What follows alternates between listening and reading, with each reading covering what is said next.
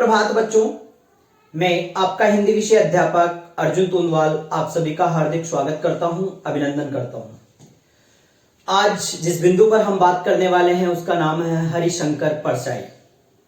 कक्षा 11 की पुस्तक में और कक्षा 12 की पुस्तक में, कक्षा 9 की पुस्तक में और कक्षा 10 की पुस्तक में हरिशंकर परसाई जी का बहुत ही महत्वपूर्ण योगदान रहा है, इनकी रचनाएं रही है। तो हरिशंकर परसाई जी की रचना और इनका परिचय, उस पर हम बात करेंगे। तो शुरुआत करते हैं इनके परिचय से। इनके परिचय से निश्चित तौर पर प्रश्न बनकर आता है। कक्षा 9 की दृष्टि से तो अति महत्वपूर्ण है ही, साथ ही प्रतियोगी परीक्षाओं की दृष्टि से भी हरिशंकर परसाई जी का जीवन परिचय बहुत ही महत्वपूर्ण है। तो हम हरिशंकर परसाई जी के परिचय की ओर बढ़ते हैं और शुरुआत करते हैं रचना से पूर्व हरिशंकर परसाई जी का जीवन परिचय। हरिशंकर परसाई जो कि एक व्यंग्यकार है, लेखक हैं, रचनाकार हैं, निबंधकार हैं। इनका जन्म 22 अगस्त 1924 जमानी गांव, होशंगाबाद जिला और मध्य प्रदेश राज्य में हुआ है। देखो यहां पर लिखा हुआ है 22 अगस्त 1924। आपकी अगर किताबों में 1922 लिखा हुआ है तो वह गलत है। इनका जन्म कब हुआ है? 1924 में ही इनका जन्म हुआ है। 22 अगस्त 1924 जमानी गांव, होशंगाबाद जिला, मध्य प्रदेश राज्य में। मृत्यु की बात करते हैं तो वही अगस्त का महीना 10 अगस्त 1995 को जबलपुर, मध्य प्रदेश में ही इनका देहावसान हुआ था। कहा जाता है कि हिंदी में हरिशंकर जी परसाई हैं, वह व्यंग्य लेखकों में अग्रणी माने जाते हैं। व्यंग्य जो लेखक हैं उनमें सबसे अग्रणी अगर किसी की बात करी जाती है तो वह है हरिशंकर परसाई जी। और व्यंग्य को विधा का दर्जा दिलाने वाले प्रथम रचनाकार माने जाते हैं हरिशंकर परसाई। व्यंग्य को विधा का दर्जा दिलाने वाले प्रथम रचनाकार कौन है? हरिशंकर परसाई जी। इनकी शिक्षा की बात करते हैं तो इनकी जो उच्च शिक्षा है वह राष्ट्र संत तुकडोजी महाराज नागपुर यूनिवर्सिटी में इन्होंने शिक्षा अर्जित की है। 18 वर्ष की आयु में वन विभाग में इन्होंने नौकरी की है, मात्र 18 वर्ष की आयु में।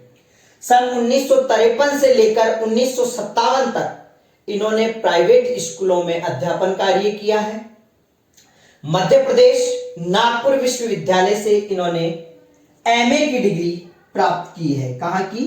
एमए की डिग्री प्राप्त की है नागपुर विश्वविद्यालय से। नागपुर विश्वविद्यालय से एमए की डिग्री प्राप्त की है। 1957 से स्वतंत्र लेखन कार्य शुरुआत कर दिया था इन्होंने। 1957 से स्वतंत्र लेखन कार्य की शुरुआत इन्होंने कर दी थी। इनकी पत्रिकाओं की बात करें तो इनकी जो प्रमुख पत्रिका है वह है वसुधा पत्रिका, जो कि जबलपुर से प्रकाशित हुई थी। जबलपुर से वसुधा पत्रिका का प्रकाशन इन्हीं के द्वारा किया गया था। सन 1982 में इनको साहित्य अकादमी पुरस्कार से नवाजा गया था और इनका एक व्यंग्य संग्रह था जिसका नाम था विकलांग श्रद्धा का दौर। इस ही रचना पर इनको साहित्य अकादमी दिया गया सन 1982 में। इसी के साथ याद रखें 1982 में ज्ञानपीठ पुरस्कार दिया गया था महादेवी वर्मा को उनकी यामा कृति के लिए, यामा काव्य संग्रह के लिए। इनकी प्रमुख कृतियों पर बात करते हैं। सबसे पहले इनके कहानी संग्रह हंसते हैं रोते हैं, हंसते हैं रोते हैं, जैसे उनके दिन फिरे, ये कहानी संग्रह है। इनके उपन्यासों पर बात करें तो रानी नागफनी की कहानी, ज्वाला और जल, तट की खोज, ये इनके प्रमुख उपन्यास है। रचनाएं और भी अधिक होती है, परंतु अगर हम बात करें प्रमुख रचनाओं की जो परीक्षाओं की दृष्टि से, प्रतियोगी परीक्षाओं की दृष्टि से महत्वपूर्ण है, तो वही यहां पर बताई गई है। उपन्यास कौन कौन से हो गए? रानी नागफनी की कहानी, ज्वाला और जल, तट की खोज। इनके निबंध संग्रह है तब की बात और थी, भूत के पांव पीछे, बेईमानी की परत, पगडंडियों का जमाना, सदाचार का ताबीज। सदाचार का ताबीज प्रतियोगी परीक्षाओं में बार बार पूछा जाता है। सदाचार का ताबीज किसका निबंध संग्रह है?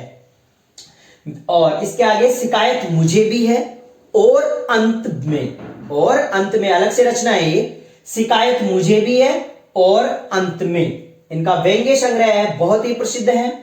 वैष्णव की फिसलन, तिरछी रेखाएं, टिटुरता हुआ गणतंत्र, विकलांग श्रद्धा का दौर, ये इनके क्या है, व्यंग्य संग्रह। तो कहने का मतलब कृतियों की बात करें तो कहानी संग्रह, उपन्यास, निबंध और व्यंग्य संग्रह इनके बहुत ही महत्वपूर्ण है। इनके काव्य की जो प्रमुख विशेषता रही है, कोई सा भी काव्य लिखा हो इन्होंने, उसकी प्रमुख विशेषता यह है कि भारतीय जीवन में या भारतीय जीवन के पाखंड, भ्रष्टाचार, अंतर विरोध आदि पर लिखे उनके व्यंग्य लेखों ने शोषण के विरुद्ध साहित्य की भूमिका का निर्वाह किया है। शोषण किया गया है, उस शोषण के विरुद्ध साहित्य की भूमिका का निर्वाह किया है इनकी रचनाओं के द्वारा। तो यह हरिशंकर प्रसाई जी का एक सामान्य सा परिचय था, परंतु संपूर्ण परिचय है जो कि कक्षा 9 की दृष्टि से तो अति महत्वपूर्ण है, बाकी और भी कक्षाओं और प्रतियोगी परीक्षाओं की दृष्टि से भी महत्वपूर्ण साबित होगा। आगे हरिशंकर प्रसाई जी की रचना को लेकर हम उपस्थित होंगे। तब तक के लिए धन्यवाद।